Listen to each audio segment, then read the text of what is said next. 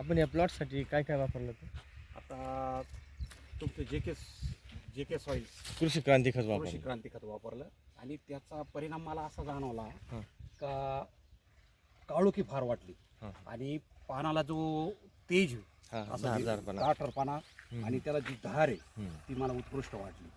बरोबर. आणि त्याच्यामुळे तुमचं सॉईल एनर्जी Soil ते पण energy. वापरलं, त्याचा चांगला रिझल्ट मला खोडव्याला पण आला. हं. आणि इथं मला मारायचं आहे आता ते, हो हो.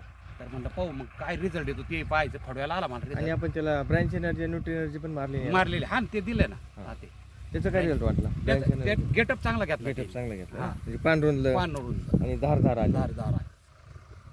पण आता हे उन्हाळा असल्यामुळे आहे ना, हां, हां. खरं थोडंसं त्याला आता ते पाहिजे असं गेटअप Get up उन्हाळा येतो. म्हणून उन्हामुळे टेम्परेचर जास्त. कमी जास्त होतं. हां. बाकीच्या नाही. शेतकऱ्यांना काय सांगू इच्छितो? नाही मी तर सांगायला अवश्य हे खत वापरतो मी JK सॉईलचे.